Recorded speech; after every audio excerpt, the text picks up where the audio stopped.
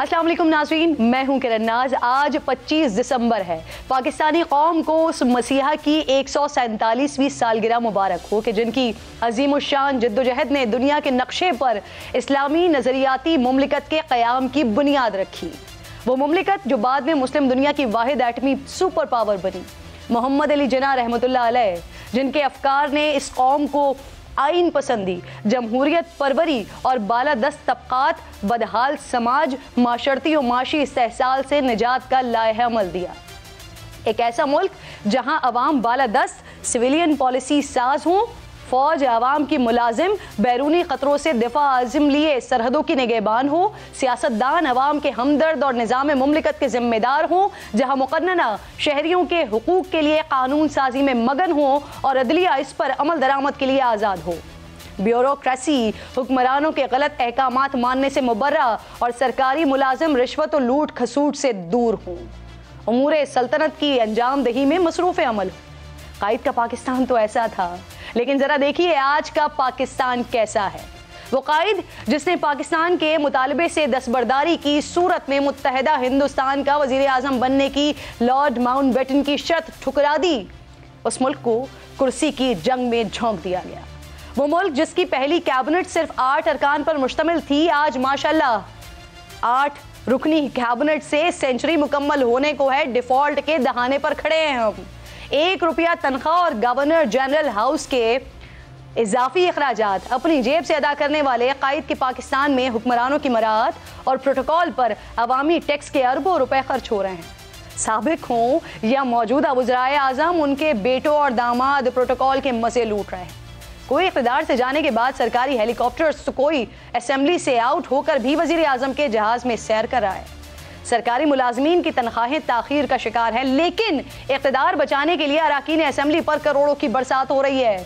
सियासी खिदमत के बजाय तिजारत और निज़ाम माफियाज के मफादात का मुहाफिज बन चुका है। कायद के फरमान में पार्लियामेंट का काम कानून साजी और हुकूमत का अव्वलीन फरीज़ा अवाम की जानो माल की हिफाजत करार दिया गया, लेकिन आज कराची से पेशावर तक अवाम दहशत गर्द, स्ट्रीट क्रिमिनल्स, भत्ताखोर, मुनशियात फरोश, कब्जा माफिया के निशाने पर हैं और हुक्मरान सियासत बचाने के लिए गुत्थम गुत्था हैं। सारी जिंदगी गैर मुहज़्ज़िब अल्फाज और रवैयों से इज्तनाब बरतने वाले कायद के पाकिस्तान में इल्ज़ाम तराशी और झूठ के सिवा सियासत का कोई मतलब ही नहीं रहा। सारी जिंदगी इंसाफ और कानून के शोबे से वाबस्ता रहने वाले कायद के पाकिस्तान में 20 लाख से जायद मुकदमात ज़ेरे इल्तिवा पड़े हुए हैं। जिस कायद ने अपनी तमाम जायदादें, असासे इस मुल्क की तालीमी फलाही इदारों के लिए वक्फ कर दिए, वहाँ शाफिया की जायदादों का नेटवर्क बैरून मुल्क तक फैला हुआ है।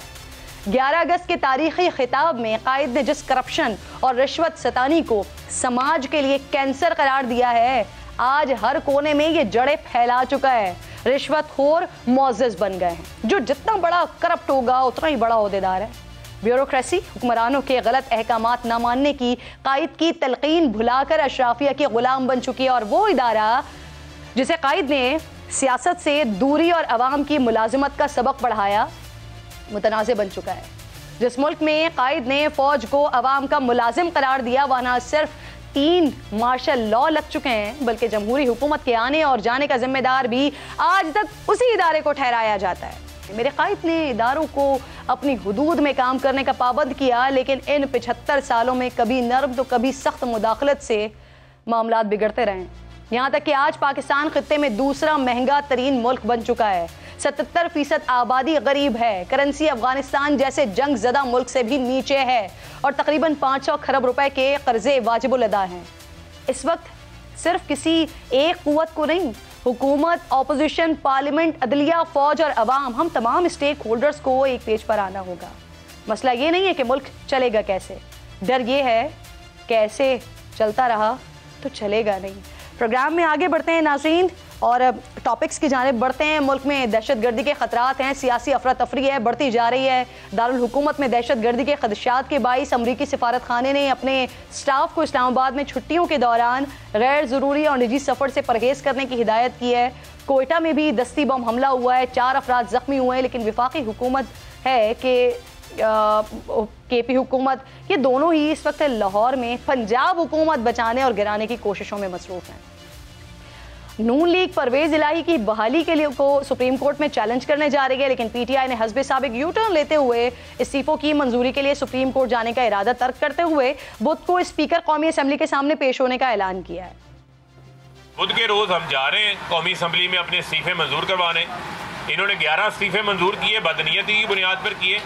अब फिर हमारे अरकान जा रहे हैं, ये करें इस्तीफे कबूल, करवाएं मुल्क के अंदर इंतखाबात, क्यों भागते हैं। पंजाब का हाल कुछ यूं है कि इमरान खान को असेंबलियां तोड़ने का चैलेंज देने वाली पीडीएम गवर्नर कार्ड की नाकामी के बाद कभी जरदारी फार्मूला तो कभी शुजात साहब का आसरा ढूंढ रही है। मोनिस को भी इस वक्त सूरत हाल का हल सिर्फ इस्टेब्लिशमेंट के पास ही दिखाई दे रहा है। सुनिए, शुजात साहब के लिए मोनिस इलाही का ये लबो लहजा बता रहे हैं नाजरीन के परवेज इलाही के पीडीएम की तरफ जाने के चांसेस नहीं है। मोनिस इलाही ने कल जनरल रिटायर्ड फैज हमीद पर अपने वालिद परवेज इलाही की जानिब से लगाए गए इल्जामात का भी दिफा नहीं किया। वैसे इमरान खान ने सहाफ़ियों से बात करते हुए कहा है कि उन्हें ऐसा लगता है कि इस्टेब्लिशमेंट अप्रैल तक इलेक्शन करवाने जा रही है। एक तरफ खान साहब कहते हैं कि उनका राब्ता नहीं है, दूसरी तरफ खान साहब को ये यकीन कैसे है? क्या हुकूमत को भी मालूम है कि इलेक्शंस अप्रैल में, मार्च अप्रैल में होने जा रहे हैं और कौन करवाने जा रहा है?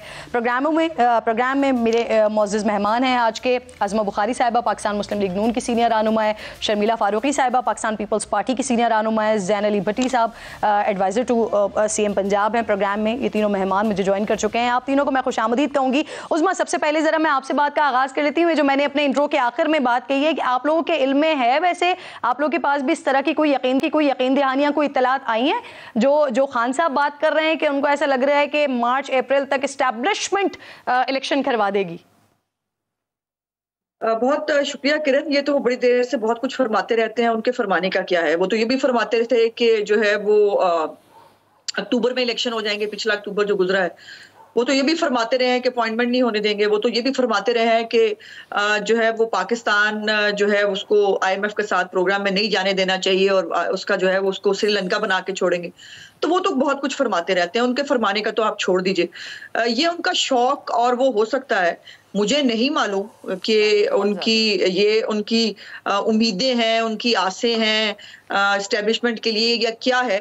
लेकिन हमारी इतलात के मुताबिक जो है, एक तरफ उन्होंने ये भी कहा उसी इंटरव्यू में कि उनका कोई राब्ता नहीं है एस्टेब्लिशमेंट के साथ। अगर राब्ता नहीं है तो फिर उनको ये ट्रक की बत्ती के पीछे जिसने भी लगाया है उसने बड़ा गलत किया है उनके साथ, क्योंकि इलेक्शन जो है वो अक्टूबर 2023 थोड़ा सा भाम इस वजह से भी होता है क्योंकि कल ही राना सनाउल्लाह साहब कह रहे थे कि मुस्लिम लीग नून ने इलेक्शन की तैयारी शुरू कर दी है। तो खान साहब की तरफ से ऐसा स्टेटमेंट आ जाना कि मार्च अप्रैल में इलेक्शंस होने जा रहे हैं और मुस्लिम लीग नून की तरफ से वजीर दाखिला की तरफ से इनफैक्ट ये स्टेटमेंट आ जाना कि इलेक्शन की तैयारी शुरू कर दी है, तो फिर सवालात जन्म लेते हैं कि क्या दोनों तरफ ये मामला तय पा रहे हैं या कोई बैकडोर चैनल ऐसा चल रहा है कि जिससे आपके पास भी इत्तलात आ रही हो, उनके पास भी इत्तलात आ रही हो? नहीं, मेरे ख्याल किरण आप उनका पूरा स्टेटमेंट आपने राना साहब का नहीं देखा। वो हमारी बड़ी स्टेटेड पोजीशन है पहले दिन से कि अगर पंजाब असेंबली और केपी असेंबली इमरान खान साहब ने डिसॉल्व करा दी तो वो ये भी फरमाते रहे ना कि ये असेंबलियां डिसॉल्व होंगी तो फिर उसके साथ जनरल इलेक्शन हो जाएंगे, तो वो तो नहीं हो रहे। सो उस हवाले से राना साहब ने कहा कि हम पंजाब के असेंबली के इलेक्शंस के लिए जो है वो तैयार हैं और हमने इसके बारे में तैयारी शुरू कर दी है। और वो पंजाब असेंबली का इलेक्शन अगर पहले होता है वो इस हवाले से है, जनरल इलेक्शन जो है वो अक्टूबर 2023 में होना है, इसमें कोई दूसरी कारण नहीं। ठीक, उस्मा साहिबा, खान साहब के स्टेटमेंट्स का तो आप लोग सीरियस नहीं लेते, लेकिन इस वक्त जो मुल्की सिचुएशन है वो इंतहाई संजीदा हो चुकी है। एक तरफ मईशत है, उसका बेड़ा गर्क हुआ हुआ है, दूसरी तरफ हम अगर ये दहशतगर्दी के मामला देखते हैं ये सर उठा रहे हैं। एक बड़ी अफरा तफरी की सी सिचुएशन है। आज अमरीकी सिफारत खाने ने अपने शहरियों को अलर्ट जारी किया है, तो इस एक अनसर्टेनिटी को थोड़ा इस झाग को बिठाने के लिए अगर 1-2 महीने अर्ली इलेक्शन हो भी जाते हैं तो इसमें कोई खबाहत है क्या, कोई प्रॉब्लम है क्या? नहीं, कमाल है किरण, आपने इस अनसर्टेनिटी को इलेक्शंस के साथ अनेक्स कैसे कर लिया कि आपका ख्याल है कि इलेक्शन हो जाएंगे तो सब कुछ ठीक हो जाएगा। इमरान खान साहब तो वो आदमी है जिनकी हुकूमत जो है वो टीटीपी के साथ मुकम्मल तौर पर उनके सामने सरेंडर कर चुकी थी और टीटीपी के हुकूमत में आने से पहले वो उनके दफ्तर भी खोल के देने को तैयार थे। और मुझे याद आ रहा है कि आप ही के प्रोग्राम में जो था, मैं और एक और हमारे दिफाई तजरियाकार थे, जब अफगानिस्तान के हवाले से बात हो रही थी तो उन्होंने कहा नहीं नहीं नहीं, वो टीटीपी पाकिस्तान वाले अच्छे लोग हैं, टीटीपी जो अफगानिस्तान वाले हैं वो बुरे लोग हैं। और मैंने उस वक्त भी कहा था कि ये गलतफहमी है आपकी, ये आपस में नेक्स्ट है, और अगर इनकी हुकूमत जिस तरह जब आई थी तो उससे टीटीपी को मजबूत होना था, उससे कमजोर नहीं होना था। तो ये इस हवाले से सूरत हाल जो है वो सामने है। ये गलत फहमी है कि पाकिस्तान जो है वो सिर्फ इमरान खान के इलेक्शन का इंतजार कर रहा है, ऐसा नहीं है। मेरी गुजारिश ये है कि पाकिस्तान को अगर इकोनॉमिकली हम स्टेबल कर लें 6 महीने के अंदर, अगर इमरान खान अपना फितना फसाद जो है वो चंद दिनों के लिए मौखर कर दें, अगर हम तमाम लोग बैठकर पाकिस्तान के लिए मेरी बात करने का मकसद भी एग्जैक्टली यही था। देखें आप भी फिर उसी पर आई ना कि अगर ये अपनी जो ये अफरा तफरी कर रहे हैं या जो इलेक्शन की डेट्स मांगने के लिए कभी जलसे कर रहे हैं, कभी धरने कर रहे हैं, कभी कोई स्टेटमेंट के हर किसी को एक ट्रक की बत्ती के पीछे लगाया हुआ है, तो अगर इस चीज में अगर उनकी भी कोई डिमांड मान ली जाती है, कोई बीच का रास्ता निकाल लिया जाता है, तो शायद ये अनसर्टेनिटी इसको ओवरकम किया जा सके। शर्मिला साहिबा बहुत शुक्रिया, अस्सलाम वालेकुम। ये अच्छी खबरें नहीं आ रही हैं इस वक्त दहशतगर्दी के मामलात के हवाले से। जिस तरह से हम देख रहे हैं कोयटा में 6 धमाके हो गए हैं, कई जवान शहीद हो गए हैं, सैकड़ों अफराद जख्मी हो गए हैं। फिर जिस तरह से सिफारत खाने की जानिब से जो अपने शहरियों को अलर्ट किया जा रहा है, आप नहीं समझती कि ये वो वक्त है कि जब सियासी जमातों को कोई सिचुएशन निकालनी पड़ेगी, एक पेज पर आ जाना चाहिए, और पाकिस्तान पीपल्स पार्टी अपना किरदार इन चीज़ों में अदा करती रही है पहले भी?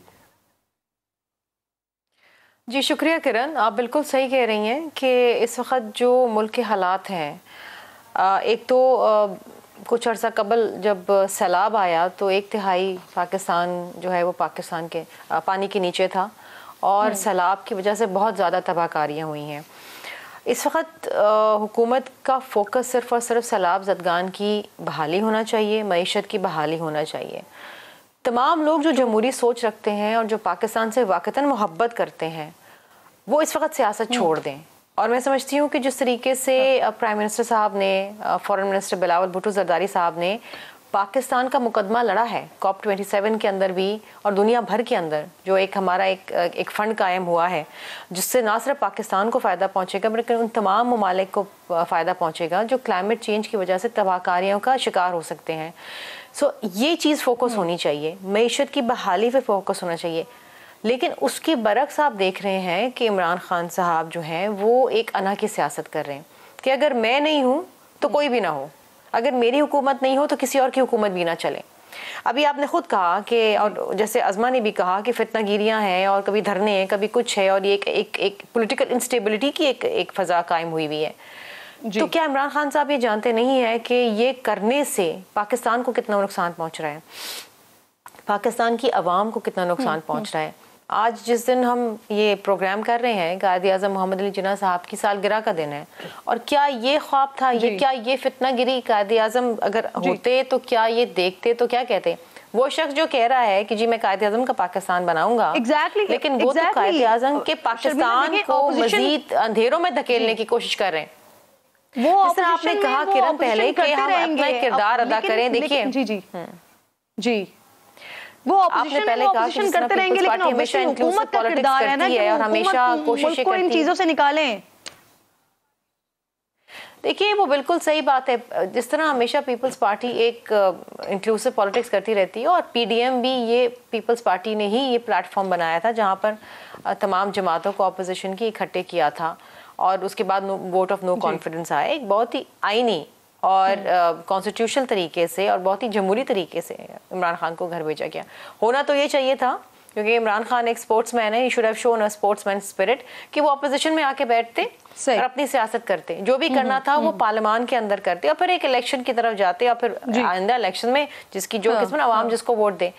लेकिन उसके बरक्स हो ये रहा है कि अगर मैं नहीं हूं तो फिर मैं कोई चीज चलने भी नहीं दूंगा, अगर मेरी हुकूमत नहीं होगी तो लेकिन शर्मिला साहिबा जो इस वक्त जो क्वेश्चन है ना वो ये है कि इस सारी सिचुएशन को काउंटर करने के लिए हुकूमत की तरफ से, पीडीएम की हुकूमत की तरफ से स्ट्रैटेजीज बनाई जा रही हैं, लेकिन आप लोगों का फोकस भी तो आउट हो रहा है। तो मैं इसलिए बार बार कह रही हूँ कि कोई एक ऐसा रास्ता निकाल लिया जाए जहाँ पे दिल बड़ा करके हुकूमत जो है वो एक पेज पर लाने की कोशिश करे ऑपोजिशन को। जैन अली भट्टी साहब भी मौजूद है, बहुत शुक्रिया। देखिए मैं आती हूँ दोबारा आपकी तरफ। किरण बात ये कि नहीं, देखिए आप बात किससे करें, सामने वाला शख्स जो है वो एक हफ्ते से ज्यादा तो अपनी बात पे कायम रहता नहीं है। हर हफ्ते तो यू टर्न ले लेते हैं, तो बात करें तो किससे करें और किस हवाले से करें? एक कोई स्टेबल शख्स सामने हो, सही कह रही हैं आप, जिसको सियासत आती हो, जो पाकिस्तान से मोहब्बत करता हो, तो उससे बात करें ना। सही। जैन हसनैन बहादुर दरेशक साहब के हवाले से अभी मैं बात सुन रही थी परवेज इलाही साहब की। आज वो मुनिस की तरह के हो गए हैं। उनके लिए पहले तो उनको गेट आउट कर दिया था, कह रहे थे कि वो बकबक बहुत करता है, और आज माशाल्लाह माशाल्लाह मुनिस की तरह हो गए हैं। तो ये क्या हुआ है, पहले गए फिर आज वापस ले लिया?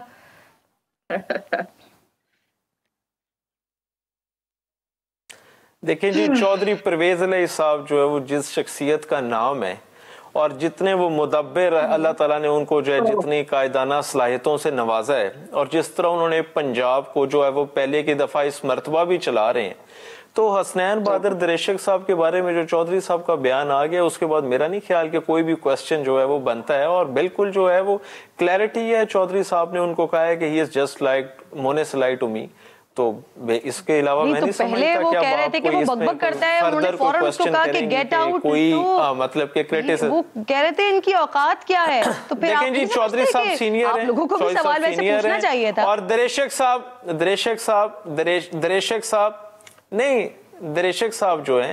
साहब जो हैं वो चॉइस साहब की कैबिनेट के मेंबर हैं, और वो जो है उनकी काबीना में जो है वो वजीर हैं। तो चॉइस साहब सीनियर हैं। अगर किसी बात के ऊपर चौधरी साहब को जो है वो उनकी कोई बात जो है वो अनॉय लगी है, जिससे वो हुए अनॉय, तो उन्होंने उनको जो है वो टोका है, रोका है, और उसके बाद जो है वो दरेशक साहब से बिल्कुल ठीक है, अल्हम्दुलिल्लाह, कोई परेशानी की बात नहीं है। और अगर ये इसी तरह से चले, एक सिचुएशन में आपको देती हूँ, अगर इसी तरह से इमरान खान साहब मोनिस के लिए बात करें, तो मोनिस भी इसी बड़े दिल का मुजाहरा करेंगे। वो कहेंगे ठीक है, बड़े मेरे कह सकते हैं, एक दिन कह सकते हैं कि बकबक करता है, औकात क्या है इसके, और अगले दिन कहते हैं कि बेटों की तरह है, कासिम की तरह है मेरे लिए।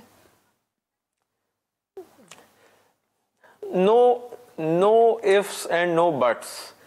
अभी जी जो बात है उसके अंदर तो यही है, बाकी जो है वो जितनी तहजीब और जितनी तमीज और जितना रख रखाव और जितना इखलाक और रवादारी मैंने चौधरी परवेज इलाही साहब और चौधरी मोनिस इलाही साहब में देखा है, मैंने किसी सियासी क़यादत में ऐसी जो है ना वो मैंने ऐसा इतना अच्छा रवैया जो है वो मैंने किसी सियासी क़यादत में ऐसा नहीं पाया। और इसका जो है वो एतराफ तमाम जो है वो पॉलिटिकल पार्टीज जो है वो भी बहुत लोग बोलते हैं। आप बिल्कुल सही कह रहे हैं, वजादारी की बात की जाती है चौधरी बिरादरान की, परवेज इलाही साहब की, चौधरी शुजात साहब की, लेकिन कल ख्वाजा साद रफीक के मैं प्रेस कॉन्फ्रेंस देख रही थी, उसमें साद रफीक साहब कह रहे थे कि वोट बचाने के लिए ना कि मुखालिफत में वोट ना पड़े, 2-2 अरब की ऑफर्स की जा रही हैं चौधरी साहब की तरफ से। तो ये जो दरेशक साहब एकदम मोनिस की तरह के हो गए हैं, ये एक वोट बचाने का तरीका ही तो नहीं है।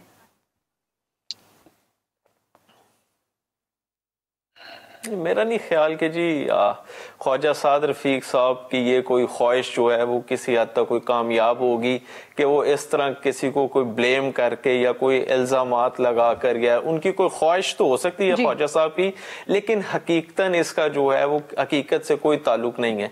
ये सियासी तौर पे इसका मैं नहीं समझता कि कोई मैच्योरिटी वाली कोई बात है, या इसमें आई डोंट थिंक सो कि अरब या 2 अरब ये कोई मायने नहीं चीजें रखती।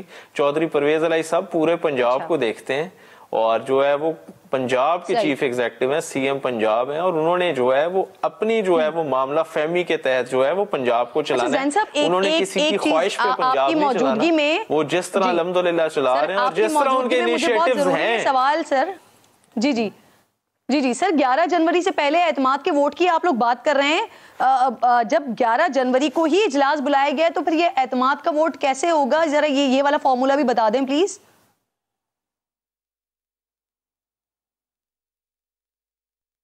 देखें जी, जहां तक एतमाद के वोट का ताल्लुक है वो डिपेंड करता है जी number of the MPs of the Punjab assembly.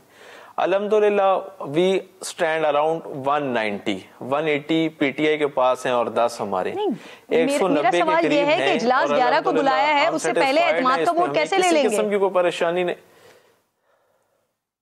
Imran Khan साहब, मोनिस इलाही साहब, तमाम लोग कह रहे हैं कि 11 से पहले ही एतमाद का वोट ले लेंगे, तो इजलास से पहले कैसे ले लेंगे?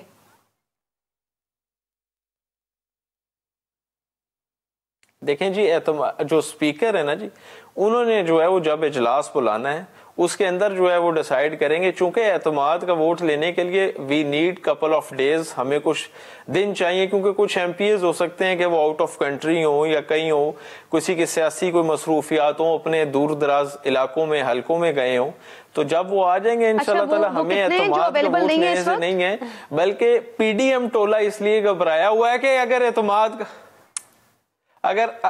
एतमाद का भी वोट ले लिया तो फिर इनके पास कौन सा सहारा है, या कौन सी डिलेइंग टैक्टिक्स है इनके पास, या टाइम टेकिंग टेक्निक्स हैं कि जिनसे जो है ये पंजाब असेंबली को तहलील करवाने से रोक सकेंगे। ये भट्टी साहब आप ना सवाल का जवाब नहीं देते हैं। मैं ब्रेक ले रही हूँ, ब्रेक के बाद तीनों मौजूद मेहमान मेरे साथ ही मौजूद हैं।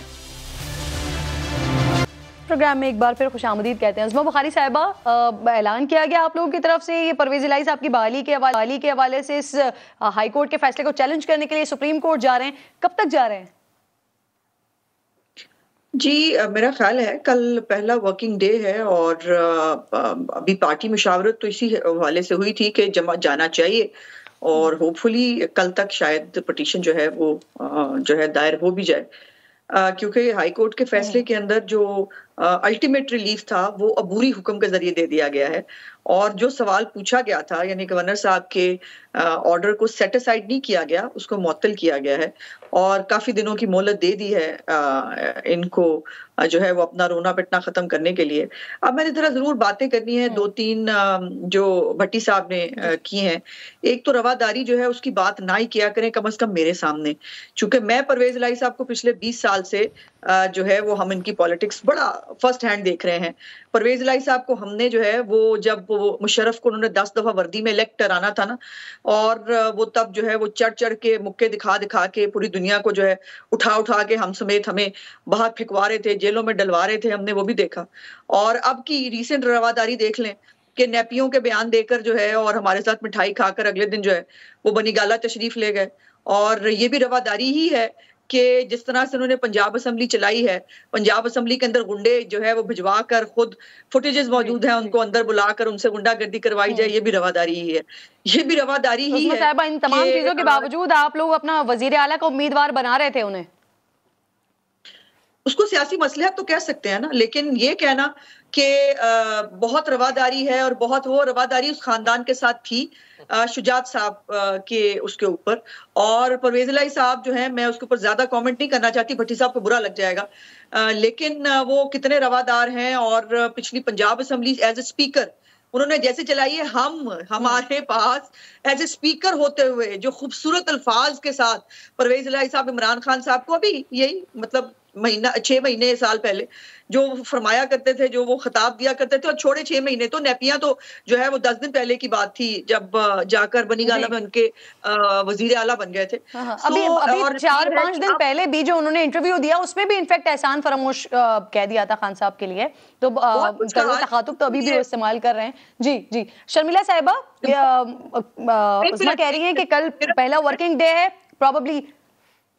जी जी, मैं सिर्फ एक जुमला कंप्लीट जी कर लीजिए।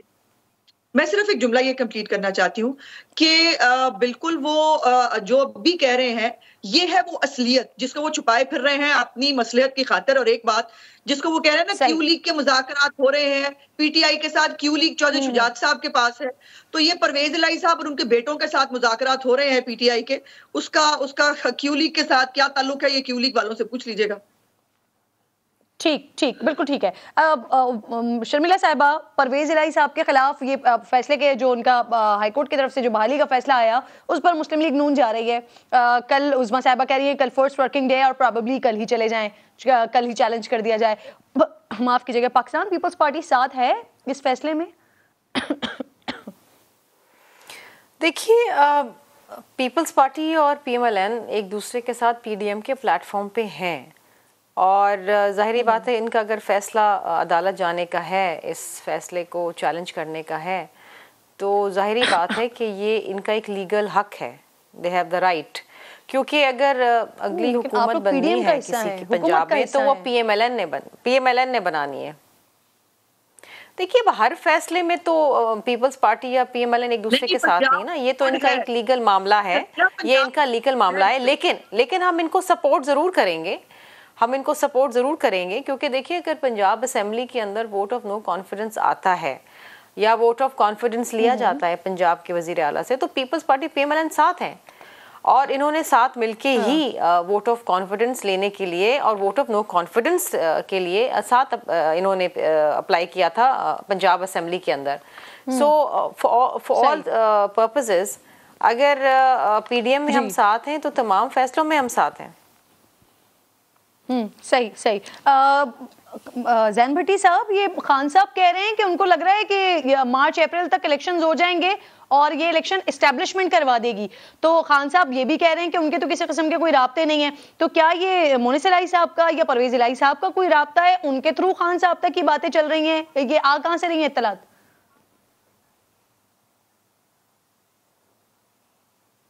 देखें जी, सबसे पहले तो मैं अज़मा बुखारी साहब को सिर्फ एक वक्त याद दिलाता हूं कि जब चौधरी परवेज इलाही साहब जो है वो स्पीकर पंजाब असेंबली थे, तो तमाम तर जो है वो मुखालफीन के बाद जो है मुखालफत के बाद हमजा शहबाज साहब के जो है वो प्रोडक्शन ऑर्डर जो है वो सेशन के लिए चौधरी साहब ही जारी करते थे। इसके अलावा जब मुस्लिम लीग काफ का पहला दौर था, उस टाइम जो है हमजा शहबाज साहब खुद आए थे चौधरी साहब के पास कि मैं पाकिस्तान में रहना चाहता हूँ, मेरी सारी फैमिली बाहर है। तो चौधरी साहब ने उस टाइम भी चौधरी परवेज इलाही साहब ने स्पेशल किरदार अदा किया हमजा साहब को कि आप बिजनेस अपना करें। तो चौधरी परवेज इलाही साहब की तो बहुत ज्यादा मेहरबानी है इनके ऊपर, रवादारी को आप बिल्कुल ठीक उन तक पहुंच गया। अब मुझे ये बता दीजिए ये वाली इत्तलात कहां से आ रही है कि एस्टैब्लिशमेंट इलेक्शन करवा देगी? दूसरा बात जो आप कह रही हैं कि खान साहब का फैसला है, जी मैं बताता हूं। देखें जी, इस सिलसिले में जहां तक पंजाब असेंबली का मामला है तो तमाम तर जो इख्तियार हैं वो हैं इमरान खान साहब के पास। Opinion is something else and decision is something else. जब आप कोलिशन पार्टनर हैं हम इमरान खान साहब के साथ, मैं आपको बताता हूँ जी, मेरी बात मुकम्मल होने आपको जवाब मिल जाएगा। उसमें यह है कि जी सबसे पहले तो हम जो है वो इमरान खान साहब के साथ खड़े हैं और चौधरी परवेज इलाही साहब जो है वो असम्बली की तहलील का मामला भी लिख के दे चुके हैं कि इमरान खान साहब जब कहेंगे जो है वो असम्बली तहलील कर दी जाएगी। सर वो दोनों तरफ लिख कर दे चुके हैं ना, वो उन्होंने कोर्ट में भी लिख कर दिया है कि वो डिसॉल्व नहीं करेंगे। खान साहब को भी लिख कर दिया है कि जब आप कहेंगे तहलील कर देंगे।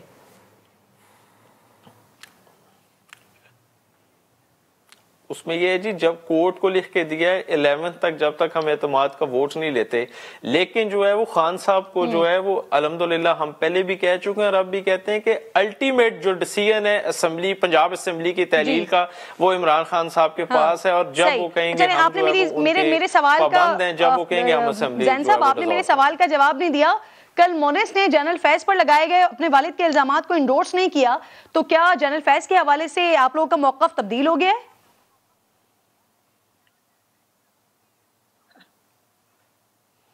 नहीं, इस सिलसिले में जो है वो अब देखें ना जी, एक वक्त जब गुजर जाए तो बार बार जो है वो उस बातों को रिपीट करने का क्या फायदा। अब हमने आगे की तरफ बढ़ना है और अब देखें नया साल भी आने वाला है, तो हमने चीजों को बेहतर करना है और पुरानी चीजों को बार बार जो है वो डिस्कस करने से जो मेरा नहीं ख्याल के कुछ हासिल होने वाला। किरण एक मिनट। सही, आप जी जी जी जी मैंने ब्रेक पे उस्मा साहब मैंने ब्रेक पे जाना है, अगर आप विद इन सेकंड कंप्लीट कर सकें प्लीज। मैं सिर्फ पूछना चाह रही हूँ कि भट्टी साहब से पूछें कि ये किसने उखाड़े हैं गड़े मुर्दे, अगर वाकई ये पुरानी बात है और भूल जानी चाहिए तो ये तो परवेज इलाही साहब ने खुद की है, अपनी मर्जी से की है और बड़े जोश जज्बे के अंदर उन्होंने ये जो है ये स्टेटमेंट दिया था। ये किसी और ने तो नहीं दिया, ये तो वही निकाल के लाए जनरल फैज का क्या रोल था और फलाने का क्या रोल था, ये तो वो निकाल के लाए। तो आप तीनों मेहमानों जी, आप तीनों मेहमानों का बेहद शुक्रिया, फारूकी साहिबा और साथ जैन भट्टी साहब। इंशाल्लाह नेक्स्ट प्रोग्राम में आप तीनों का पैनल मौजूद होगा और फिर इस डिबेट को आगे बढ़ाने के बहुत शुक्रिया आपका। एक ब्रेक ले रही हूँ, ब्रेक के बाद वापस आती हूँ और खान साहब के फिर जरा कुछ मजीद बयानात और उस पर तजादात सामने आए उस पर बात करते हैं। वेलकम बैक वंस अगेन जी। इमरान खान साहब के मुखालिफिन हों या उनके हामी हों, ये सभी मानते हैं या मानना पड़ेगा कि खान साहब मीडिया के साथ खेलना बड़े अच्छे तरीके से जानते हैं। शायद पाकिस्तान का कोई सियासतदान उनका मुकाबला नहीं कर पाए। ये बड़ी जिम्मेदारी के साथ मैं बात कर रही हूँ। क्रिकेट में थे तब भी शायद सुर्खियों में रहे, सियासत में आए तब भी खुद को रेलेवेंट रखने की हर मुमकिन कोशिश की खान साहब ने, लेकिन गुज़िश्ता 10 सालों में तो वो ऐसे आए हैं कि हर तरफ छाए नजर आए। कम ही ऐसा हुआ होगा कि जब खान साहब मौजूए बहस ना हो जब वो अखबारात की जीनत ना बने हों, खान साहब कुछ ना कुछ ऐसा कह जाते हैं कि जिसकी मुखालिफत में पूरा दिन मुखालिफिन गुफ्तगू करते हुए दिखाई देते हैं और जिसके दिफा के लिए उनके हामियों को हर हद पार करनी पड़ जाती है। मानते हैं कि बोलना और आज़ादी से बोलना हर किसी का हक है, लेकिन जब सियासतदान बोलता है तो उसका हर लफ्ज़ है ना वो परखा जाता है, तोला जाता है। उसका सामना इमरान खान साहब को भी करना पड़ा है और शायद यही वजह है कि इमरान खान पाकिस्तान के वाहिद सियासतदान हैं जिनकी गुफ्तगू में सबसे ज़्यादा तजाद नज़र आता है। ऐसा लगता है कि खान साहब को अपना पुराना मौक़िफ़ या अपनी पुरानी बात याद ही नहीं रहती, या फिर वो जानबूझकर ऐसी फुलझड़ियाँ छोड़ देते हैं जिससे सबकी तवज्जो उनकी तरफ हो जाती है। कल नाज़रीन, साबिक़ वज़ीर आज़म इमरान खान साहब ने नैब के हवाले से फिर कुछ कह डाला है। ज़रा सुनिए, फिर आगे बात करते हैं। खान साहब अपने दौरे हुकूमत में नैब की आला कारकर्दगी बताते रहे हैं। वो हमें ये समझाने की कोशिश करते रहे हैं कि किस तरह उनके दौरे हुकूमत में नैब ने कारकर्दगी के रिकॉर्ड तोड़ डाले। इससे पहले बतौर वज़ीर आज़म भी इमरान खान साहब यही कुछ कहते रहे नाज़रीन, लेकिन दिलचस्प बात यह है कि खान साहब ने अपनी हुकूमत में अपने अमल से भी ये साबित किया कि न सिर्फ नैब बल्कि चेयरमैन नैब आला कारकर्दगी के हामिल हैं। वो ना होते तो चेयरमैन नैब को मुद्दत मुलाजमत में तोसी क्यों देते। अजीब बात यह है कि यही इमरान खान कुछ दिन पहले मुल्क में करप्शन के खात्मे में सबसे बड़ी रुकावट, सबसे बड़ी वजह इस्टेब्लिशमेंट और जनरल बाजवा को करार देते रहे हैं। उनके बकौल नैब पर उनका इख्तियार ही नहीं था, वो तो कोई और था जो नैब को कंट्रोल कर रहा था। कुछ दिन पहले खान साहब ने क्या कहा था, याद कीजिए ज़रा। तो इमरान खान साहब, आपने 3.5 साल हुकूमत की है। जब भी कामयाबी की बात होती है तो माशाल्लाह खान साहब क्रेडिट लेते हुए आप दिखाई देते हैं, और जब नाकामी की बात होती है खान साहब तो फिर मलबा उठाकर आप किसी और पर डाल देते हैं। आपका ख्याल है कि आप एक बेबस वजीर आजम थे। आपके ख्याल में जनरल बाजवा नैब को कंट्रोल करते थे, लेकिन खान साहब आप ही के बकौल इसी दौर में सबसे ज्यादा रिकवरी नैब ने की है।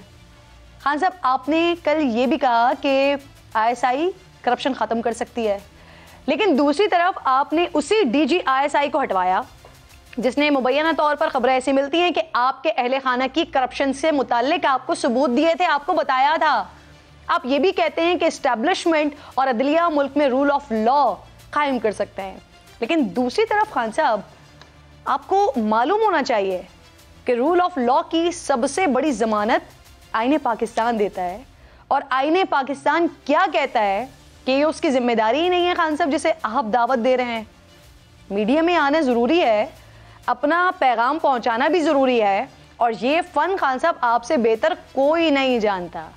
आपने अपने पूरे करियर में यही किया है, लेकिन क्या ही बेहतर हो खान साहब कि आप कुछ वक्त अपने ही पुराने इंटरव्यूज़ उठाइए, अपने पुराने खिताबात निकालिए, देखिए, सुनिए, याद कीजिए कि आप पहले क्या मौक़िफ़ लिया करते थे, क्या बात किया करते थे, और आज आप क्या बात करते हैं, ताकि आवाम की तरह आपको भी खान साहब इस बात का अंदाज़ा हो कि आप क्या कह चुके हैं और अब आपको कैसे अपने ही मौक़िफ़ का दिफा करना है, या कैसे आपकी अपनी कही हुई बात पर ही रहना है।